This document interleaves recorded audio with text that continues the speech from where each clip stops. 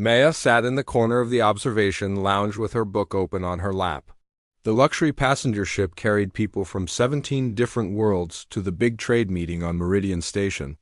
Outside the wide windows, stars moved slowly. Past as the ship traveled through space, she looked young and small compared to the other passengers. Her dark hair was pulled back and she wore simple clothes that made her blend into the background. Most people barely noticed her as they walked by talking in their strange languages and showing off their wealth. The Altarians stood near the main viewing area. They were tall with skin that looked like crystal and they spoke in musical voices about art and culture. They clearly thought they were better than everyone else. The Vorthak were huge bear-like creatures with thick fur and massive arms. They laughed loudly and pushed smaller passengers out of their way. The Quilathi had metal parts attached to their heads and bodies that blinked with lights. They talked constantly about their advanced technology. Maya kept reading her paper book while listening to the conversations around her. Sometimes she would look up and watch how the different groups interacted. She wrote small notes in the margins of her book when she saw something interesting. Young Vorthak named Kareth seemed to be the loudest of his group. He was bigger than the other Vorthak and wore expensive clothes with jewels sewn into the fabric. His friends followed him around and laughed at everything he said. Maya noticed how he looked at the smaller passengers like they were insects. When the ship's entertainment system broke down on the first day, the passengers decided to organize their own activities. The Altarians suggested poetry readings. The Quilathi wanted to demonstrate their technology. The Vorthak proposed strength contests to see who was the most powerful. Several passengers asked Maya if she wanted to join any of the activities. She smiled politely and shook her head. "I would not want to embarrass myself," she said quietly. "I am just here to learn about your cultures." This made the other passengers think she was weak and shy. They nodded and walked away to join their own groups. Maya went back to reading her book about galactic history. She had read it many times before, but she still found new details each time. Koreth started making comments about primitive species during dinner. He did not look at Maya when he spoke, but his words were clearly meant for her. "Some worlds produce beings that are barely civilized," he said loudly enough for everyone to hear. "They pretend to be intelligent, but they are really just animals that learn to use tools." Maya continued eating her simple meal. She cut her food into small pieces and chewed slowly while reading. When Koreth made another comment about species that did not belong in space, she turned the page of her book without looking up. The other passengers either ignored what was happening or seemed to enjoy the entertainment. A few Altarians whispered among themselves but did nothing to stop it. The ship's crew stayed neutral because no actual laws were being broken. Over the next 2 days, Maya established a routine. She would wake early and exercise in the small gym when no one else was there. She ate her meals quietly in corners of the dining area. She spent most of her time in the observation lounge reading and watching the other passengers. The book she carried was old and worn. The pages were yellow and some of the words were faded. It was about the early days of galactic civilization and how different species first made contact with each other. Maya seemed fascinated by the stories of misunderstandings and conflicts that happened when cultures met for the first time. Koreth's behavior got worse each day. He would walk close to Maya's table and accidentally bump it with his massive body. Her drink would spill or her book would fall to the floor. Each time this happened, Maya would clean up the mess without complaining. She would pick up her book, wipe it clean, and continue reading. "Clumsy me," Koreth would say with a fake smile. His friends would laugh and make jokes about how some species were too fragile for space travel. Maya never responded to these comments. She just marked her place in the book and kept reading. The other passengers began to see her as a victim. Some felt sorry for her, but none of them wanted to get involved in what they saw as minor harassment. The humans were still new to galactic society, and no one wanted to create diplomatic problems over such a small issue. Maya seemed completely unbothered by the treatment. She continued her quiet routine of reading, eating, and observing. When other passengers tried to start conversations with her, she was polite but brief. She answered their questions about human culture but never volunteered extra information on the second night. She sat in the observation lounge later than usual. Most other passengers had gone to their rooms, but she stayed to watch the stars. Korath and his friends were playing a loud game in the corner. They were drinking and their voices got louder as the night went on. Maya closed her book and prepared to leave when Korath called out to her. "Where are you going, little human?" he asked. "The night is still young. Why do you not stay and socialize with your betters?" She looked at him for a moment without saying anything. Her expression was calm and neutral. "I am tired," she said. Simply, "Good night." As she walked toward the exit, Korath made one more comment. "Humans always run away when things get interesting. I suppose that is how they survived on their so-called death world. By hiding and running like prey animals?" Maya stopped walking but did not turn around. She stood still for several seconds while the lounge grew quiet. Then she continued walking to her room without saying a word. Korath laughed with his friends about the interaction. They made jokes about human cowardice and weakness. None of them noticed the way Maya's hands had briefly formed fists at her sides before she relaxed them and walked away. The ship continued its journey through space while the passengers slept. In her small room, Maya sat on her bed reading the same book by the dim light from the window. She had read the chapter about first contact conflicts many times, but tonight she seemed to be studying it more carefully than usual outside her window. The stars continued their ancient dance across the darkness of space. The ship carried its cargo of different species toward their destination, unaware that the quiet human girl in the corner was not quite what she seemed to be. The third day brought more problems. Korath had decided that Maya's lack of reaction to his comments was actually making him look bad. His friends were starting to lose interest in the game since the human girl never fought back or even seemed upset. Maya sat in her usual spot reading when Korath approached with his group. This time he did not pretend it was an accident when he bumped into her table. The impact was hard enough to make her drink splash across the surface and soak into her book. She looked down at the wet pages and carefully lifted the book to let the liquid drain off. Some of the old pages were damaged and the ink had started to run. Maya dabbed at the book with a napkin, but some of the words were already lost. "Oh, look what happened," Korath said with mock concern. "I hope that was not important.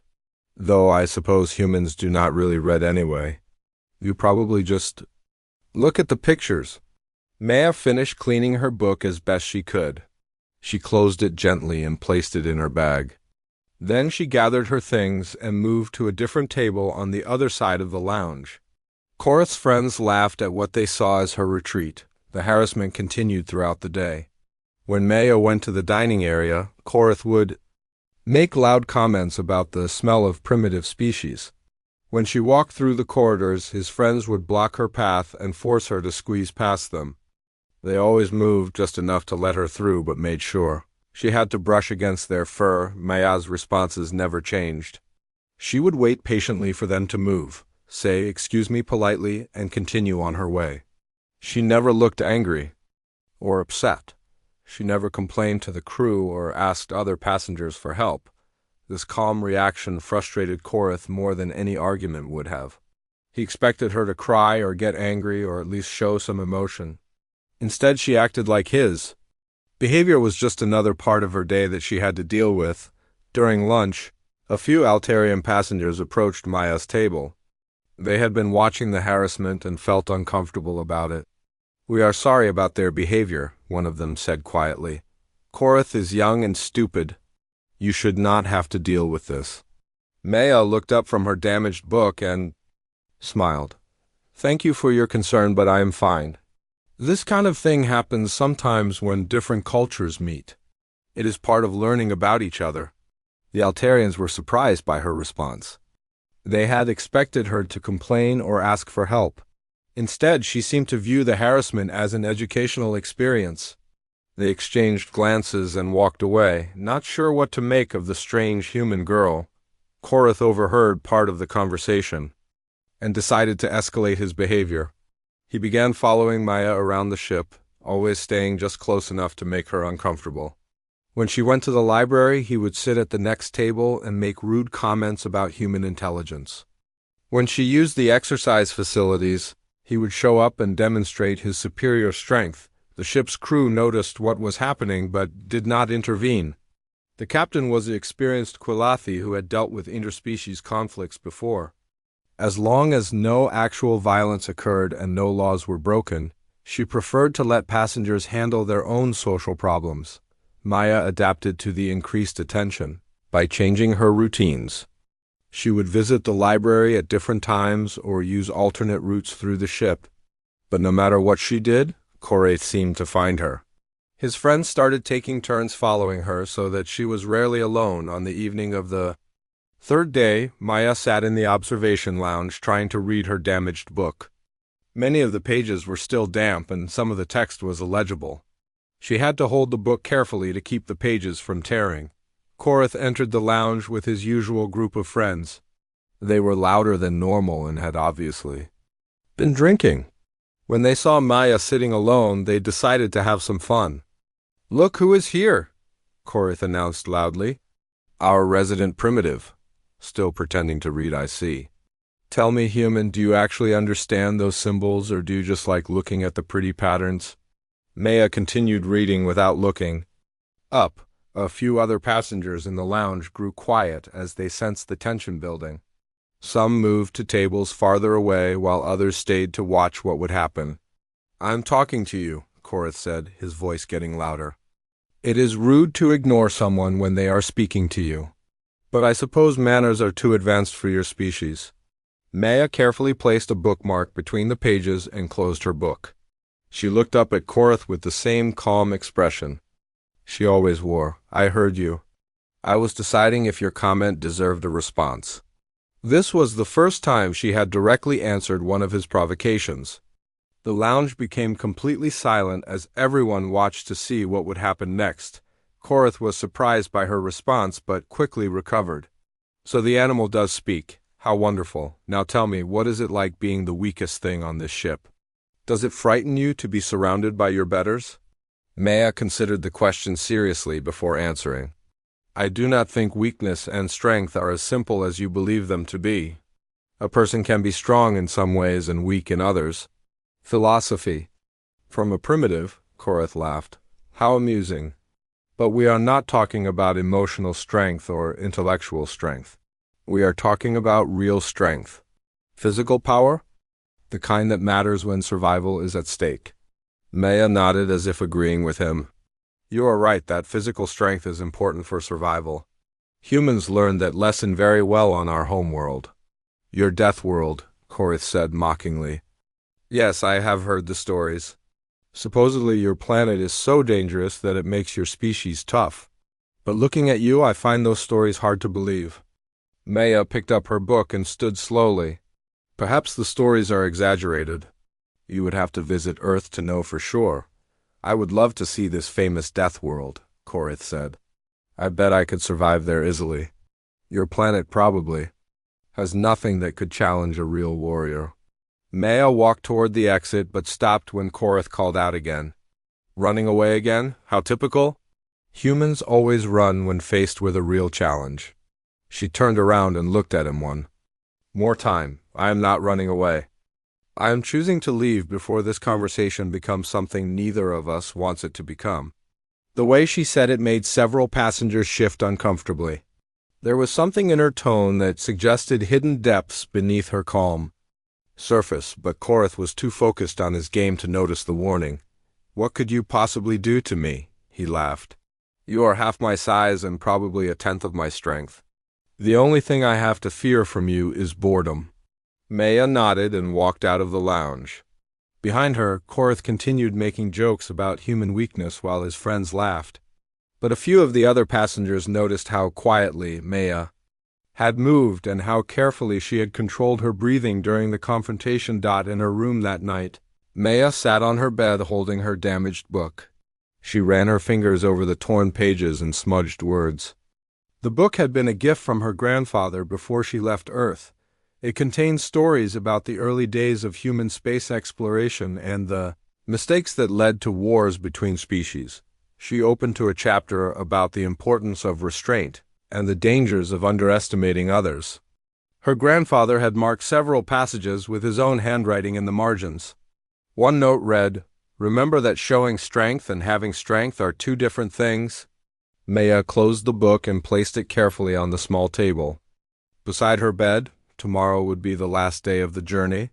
She hoped Korath would lose interest before then, but she was beginning to doubt that would happen. The final day started badly. Maya woke to find that someone had slipped a note under her door during the night.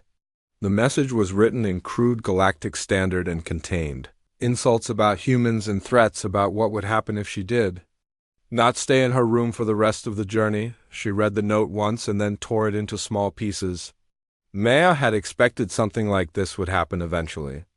Korath was getting more frustrated with her lack of reaction and bullies always escalated when their victims refused to break. Maya followed her normal routine despite the warning.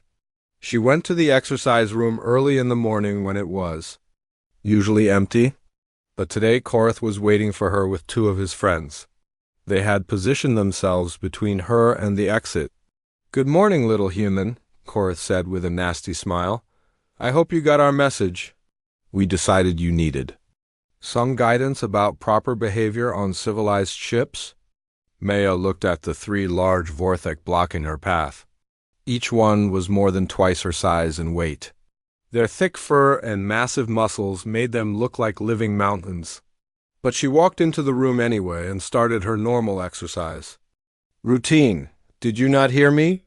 Korath demanded. "I am talking to you." Maya continued her stretching exercises without responding. She moved through a series of slow, controlled movements that looked almost like a dance. Her breathing remained steady and calm despite the obvious threat. Korath's friends looked confused. They had expected the human to run away or at least show fear. Instead, she was ignoring them completely and acting like they were not even there. "This is disrespectful," one of them said. "She should answer when you speak to her." "Maybe she is?" "Too stupid to understand," suggested the other. Maya finished her stretching and moved to the exercise equipment. She began a series of simple exercises using light weights. Her movements were precise and controlled, never rushed or aggressive. Korath moved closer to her. "I am losing patience with you, human. When a superior being speaks, you should listen."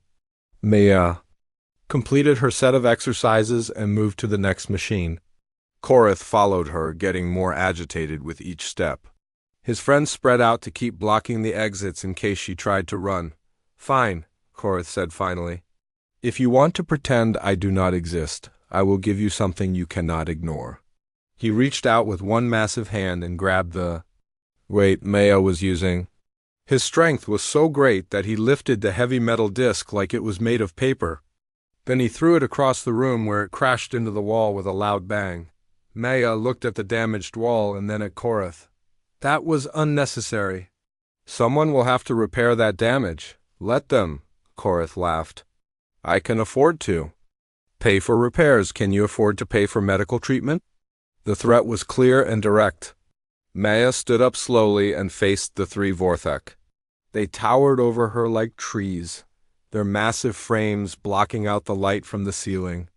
Any reasonable person would have been terrified. "Are you threatening to hurt me?" Maya asked calmly. "I am explaining reality," Korath replied. "Weak species need to know their place. If they do not learn through words, they must learn through pain." Maya nodded as if this made perfect sense. "I understand. You believe that might makes right? Physical strength determines who is superior." "Exactly. And since I am obviously stronger than you, you should do what I tell you to do." Maya considered this for a moment. "What if you are wrong about who is stronger?" Korath and his friends burst into laughter. The idea that the small human girl could be stronger than any of them was absurd. They laughed so hard that tears formed in their eyes. "Look at yourself," Korath gasped between laughs. "You are tiny, weak, fragile. I could break you with one hand." "Perhaps," Maya agreed. "But you have never actually tested that theory. You have only assumed it based on appearances." The laughter died away as Korath realized what she was suggesting. Are you challenging me to a test of strength? Maya shook her head. I'm simply pointing out that assumptions can be dangerous. Sometimes the weakest-looking person is the most dangerous. Ridiculous. There is no way you could be dangerous to me. Then why do you travel in groups of 3 when you want to intimidate one small human girl? This question caught Korath off guard. He had not thought about why he felt the need to bring backup when dealing with Maya. Something about her calmness made him uncomfortable in ways he did not fully understand. We traveled together because we are friends, he said defensively, not because we are afraid of you. Of course not, Maya agreed. What could you possibly have to fear from someone like me? Her tone was perfectly neutral, but somehow the question felt like mockery. Korath's face darkened with anger as he realized the human was making fun of him. You think you are clever with your words? He snarled. But words cannot protect you from real violence. Let me show you what happens to smart-mouthed primitives who do not know their place. He reached out to grab Maya's shoulder with one massive hand. His intention was to squeeze hard enough to cause pain and demonstrate his power over her. It would not be enough to cause permanent damage, but it would definitely hurt. Maya watched his hand approaching and made no move to avoid it. She stood perfectly still as his fingers closed around her shoulder. Korath smiled in triumph as he prepared to squeeze, but when he tried to tighten his grip, nothing happened. His hand would not close. Maya's shoulder felt like it was made of steel instead of flesh and bone. Korath put more effort into the squeeze, but her expression did not change. Is there a problem? Maya asked politely. Korath tried harder, using more strength than he had ever needed before. His muscles strained and sweat appeared on his forehead. But Maya continued to stand calmly as if nothing was happening. His friends noticed that something was wrong. What are you waiting for? One of them asked. Squeeze harder. I am squeezing, Korath grunted through clenched teeth. She will not crush. Maya looked down at his hand on her shoulder and then back at his face. You seem to be having trouble. Perhaps you are not as strong as you thought. The casual comment hit Korath like a physical blow. His entire identity was built around being the strongest person in any room. The idea that he could not even hurt a small human girl was devastating to his ego. He pulled his hand back and stared at it as if it had betrayed him. There were no marks on Maya's shoulder, and she had not even flinched during his strongest effort. How is that possible? He whispered. Maya adjusted her shirt where his hand had been. I tried to warn you that assumptions can be dangerous. You assumed I was weak because I am small and quiet. But you never actually tested that assumption until now. Korath's friends moved closer, sensing that something had gone very wrong with their simple plan to intimidate the human girl. The 3 of them now stood in a tight group facing Maya, but somehow she no longer looked like the victim in this situation. What are you? Korath asked, his voice shaking slightly. Maya picked up her water bottle and took a small sip before answering. I am exactly what I have always been. A human from Earth, a girl who likes to read books and learn about other cultures. Someone who prefers peace to violence. She paused and looked directly into Korath's eyes. But I am also something else. I am someone who has been holding back since the moment I stepped onto this ship. Someone who has been very carefully controlling her strength so that she does not accidentally hurt anyone. The exercise room became very quiet. Even the background hum of the ship's engine seemed muted. Maya stood in the center of the room facing 3 creatures, who could have easily killed most galactic species with their bare hands, but somehow the balance of power had shifted.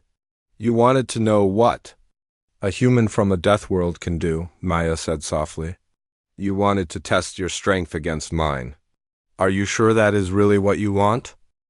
Korath stared at Maya for a long moment, his mind struggling to process what had just happened. His hand still ached from trying to squeeze her shoulder. The impossible resistance he had encountered challenged everything he believed about strength. And weakness, you are bluffing, he said finally. You got lucky somehow. Maybe you have some kind of implant or hidden armor. Maya set down her water bottle and faced him directly. Would you like me to prove that I am not bluffing? Her voice remained calm and polite, but there was something underneath it now. a hint of steel that had not been there before. Korith's friends shifted nervously as they sensed the change in atmosphere. "You cannot intimidate me with words," Korith declared, though his voice lacked its earlier confidence. "I am a Vorthek warrior. My family has bred for strength and courage for 1,000 generations." "That is impressive," Maya acknowledged. "My family bred for survival on a world that killed the weak before they could reproduce. We developed different strengths."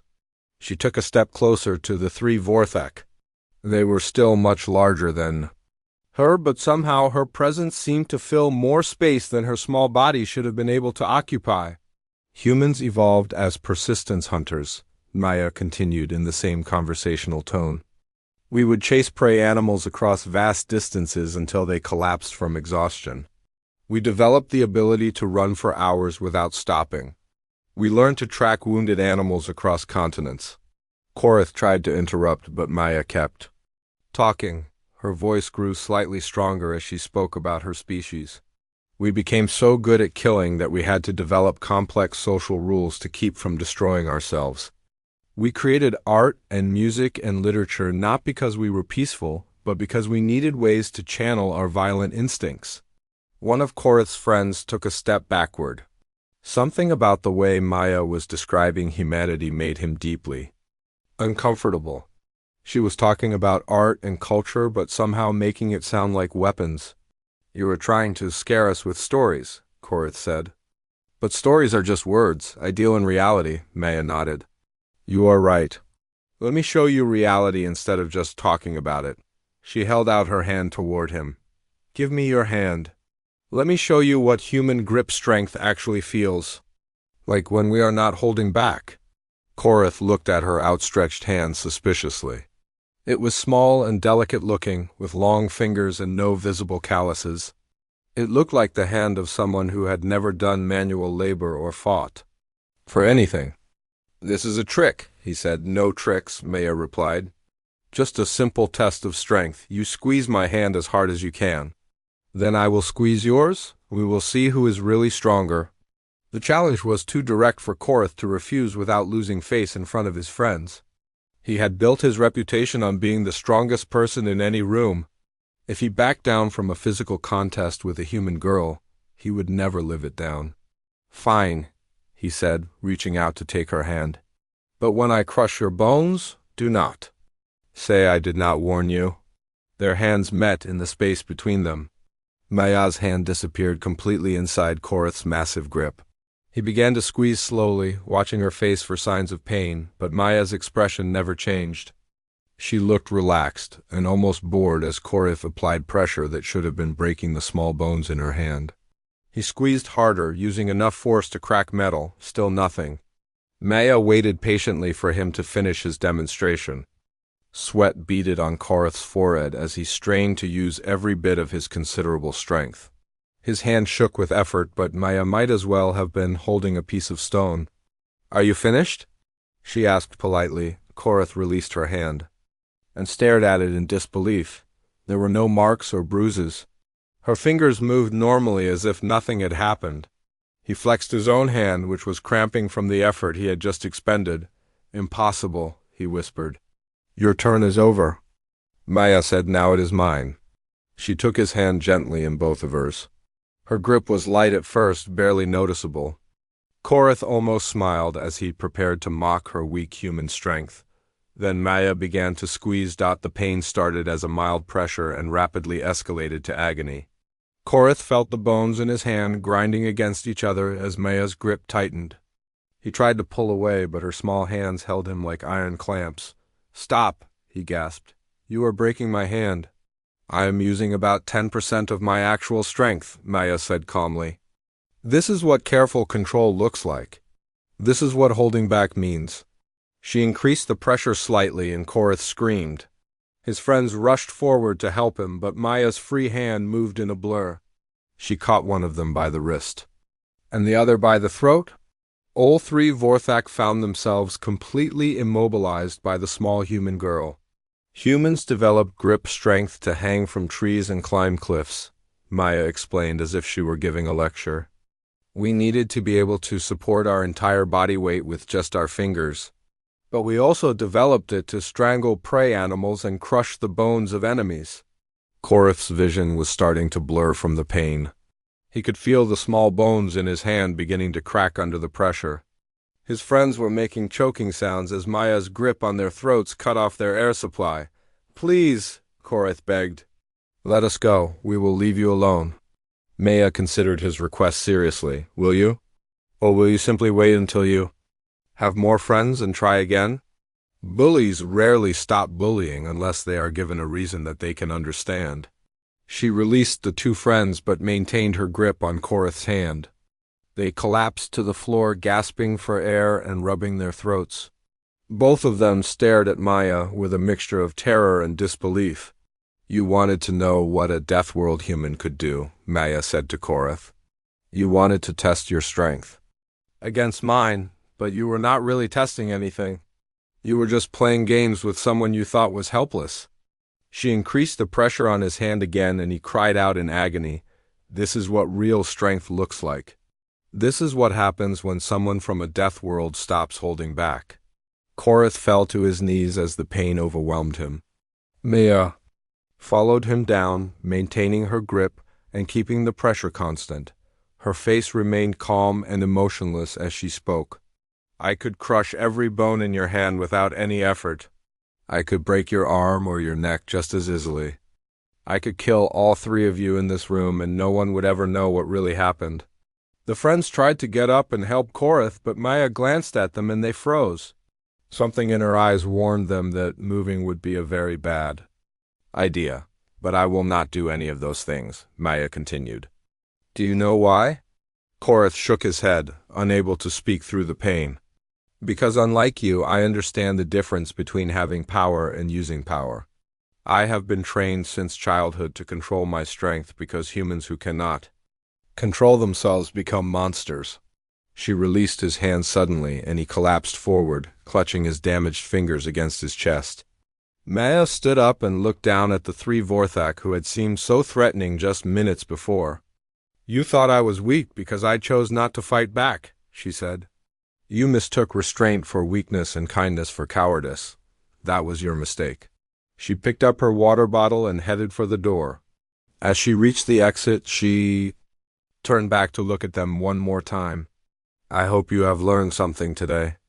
I hope you understand now that there are different kinds of strength and different reasons for using or not using that strength." Maya walked out of the exercise room, leaving three very shaken Vorthak behind her. As the door closed, Korath looked at his swollen hand and realized that his entire worldview had just been shattered by a quiet girl with a book, but his humiliation was not complete yet. Maya had shown him that she was stronger than he was, but she had done it privately. His reputation could still survive if no one else found out what had happened. That hope would soon be destroyed in the most public way possible. Word spread quickly through the ship about what had happened in the exercise room. Korath tried to keep the incident quiet, but his friends were too shaken to stay silent. By lunchtime, whispered conversations filled every corridor and common area. Most passengers found the story impossible to believe. The idea that the quiet human girl had overpowered three Vorthak warriors seemed like fantasy. But those who looked closely could see the evidence. Korath's hand was bandaged, and he winced whenever he tried to use it. His friends stayed close to their rooms and avoided contact with other passengers. Maya continued her normal routine as if nothing had happened. She sat in the observation lounge reading her damaged book while other passengers stared at her with new eyes. The Altarians whispered among themselves in their musical language. The Quilathi exchanged data through their neural networks. Even the crew members found excuses to walk past her table, but Korath was not finished. The humiliation of being overpowered by someone he considered inferior burned in his mind like acid. His family's honor demanded that he restore his reputation somehow. He could not let the story spread that a Vorthak noble had been defeated by a human child. That evening, most of the passengers gathered in the main lounge for the final night's entertainment. Maya sat at a small table in the corner with her book as usual. She had found a way to repair some of the damaged pages. Using tape from the ship's supplies, Korath entered the lounge with his friends and several other Vorthic passengers. His hand was still bandaged, but he tried to hide his injury. He had spent the afternoon planning his approach. This time he would be more careful. "Attention everyone," he announced loudly. "I have something important to say about our human passenger." The lounge grew quiet as all eyes turned toward him. Maya looked up from her book but did not seem concerned about what was coming. "There have been stories spreading about an incident earlier today," Korath continued. "Stories that are obviously false and designed to make humans seem more dangerous than they really are." Several passengers murmured among themselves. They had heard different versions of what happened and were curious to learn the truth. "I want everyone to understand the reality of the situation," Korath said. "Humans are weak. They are primitive. They do not belong in civilized space with real species." Maya closed her book and set it aside. She had hoped that their earlier encounter would be enough to end the harassment. But clearly, Korath had learned nothing from the experience. "The human girl has been using tricks and technology to create illusions of strength," Korath declared. "She wants people to think that humans are dangerous so that her species can gain advantages in trade negotiations." This accusation got more attention from the crowd. Trade disputes were serious matters that could affect multiple worlds. If humans were using deception to gain economic advantages, it would be a major scandal. Maya stood up slowly and faced Korath across the crowded lounge. "Are you calling me a liar?" "I am calling you a fraud," Korath replied loudly. "I am exposing your pathetic attempts to make humans seem important." "And how exactly am I supposed to be creating these illusions?" Korath had prepared for this question. "Hidden technology, mechanical implants, chemical enhancements. There are many ways to fake strength when you have advanced equipment." Maya nodded thoughtfully. "So you believe I am using hidden devices to appear stronger than I really am?" "Obviously. No human could possibly be stronger than a Vorthek warrior." "Then you should not mind proving that to everyone here." "If I am using fake technology to create illusions, you should be able to demonstrate my real weakness." The challenge hung in the air like a physical presence. Every passenger in the lounge focused on the confrontation between the massive Vorthek noble and the small human girl. Korath felt trapped. He knew from personal experience that Maya was far stronger than she appeared, but he had publicly committed to the position that her strength was fake. If he backed down now, he would look like a coward. "Fine," he said finally. "I will prove to everyone that humans are weak frauds who rely on tricks instead of real strength." Maya walked to the center of the lounge where everyone could see clearly. "What kind of demonstration would you prefer? Another test of grip strength? Or would you like to try something different?" Korath looked around the room at all the watching faces. His reputation and his family's honor were at stake. He could not appear weak in front of so many witnesses. "I challenge you to real combat," he declared. "No tricks, no technology, no weapons. Just strength against strength." A gasp went up from the crowd. Combat challenges were rare and dangerous. Most civilized species avoided them except in extreme circumstances. Maya considered the challenge carefully. "Are you sure that is what you want? Earlier today you learned that I am stronger than you expected. Public combat would be much more serious than a private demonstration." "You got lucky earlier," Korath snarled. "This time I will be ready for your tricks. There were no tricks earlier. There will be no tricks now." Maya's voice carried clearly through the silent lounge. Something in her tone made several passengers step back toward the walls. The open space in the center of the room grew larger as people moved away. "I accept your challenge," Maya said simply. "But I want everyone to understand what they are about to see." She looked around the room at the different species watching her. Humans evolved on a world where gravity is twice galactic standard, where atmospheric pressure would kill most of you instantly, where the weather can change from burning heat to deadly cold in minutes. Korath moved to the center of the room, flexing his massive muscles and trying to ignore the pain in his damaged hand. "More stories about your famous Deathworld. Let See if your planet really made you as tough as you claim. Maya began removing her jacket and shoes. Her movements were deliberate and controlled. We did not just survive on Earth, we became the apex predators. We hunted animals 10 times. Our size using nothing but persistence and tools we made ourselves. Enough talking, Korith demanded. Show me what you can really do without your hidden technology. Maya finished her preparations and faced him across the open space. I tried to avoid this. I hoped you would be satisfied with the lesson you learned earlier, but some people only understand one kind of education. Korith charged forward with all his considerable speed and strength. His strategy was simple: use his superior size and wait to overwhelm the human before she could use whatever tricks had helped her earlier. Maya did not dodge or try to avoid his attack. Instead, she stepped slightly to one side and caught his massive arm as he reached for her. What happened next took less than 3 seconds, but would be discussed and analyzed for years afterward. Using Korith's own momentum against him, Maya pivoted and threw the massive Vorthok across the entire width of the lounge. He flew through the air like a child's toy, his arms and legs flailing helplessly. When he hit the reinforced observation window at the far end of the room, the sound was like breaking timber. Korith slid down the wall and lay motionless on the floor. His spine had shattered on impact and his legs would never work again.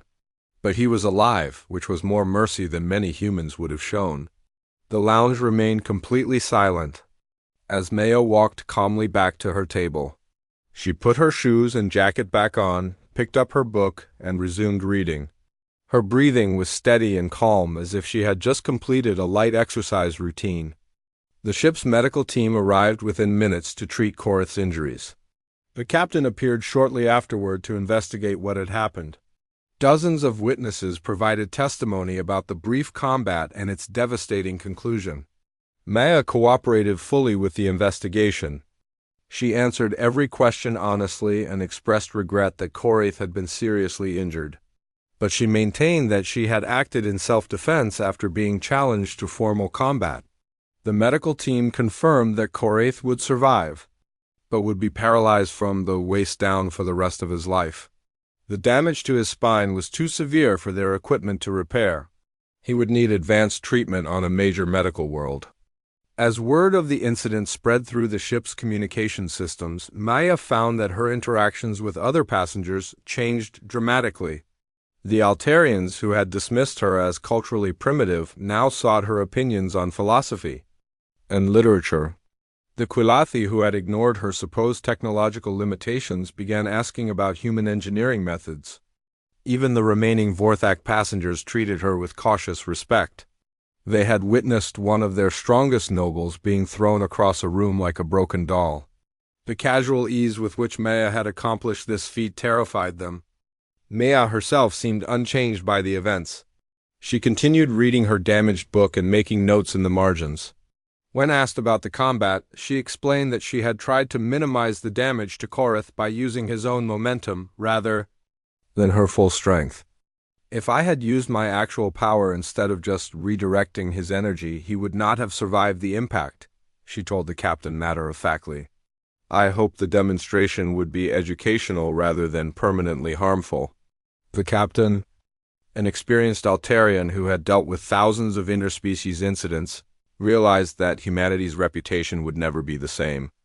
The galaxy had been viewing humans as a minor species based on their careful behavior in civilized space. But Maya had revealed that this restraint was a choice rather than a limitation. As the ship approached Meridian Station, the news of what had happened spread ahead of them through quantum communication networks.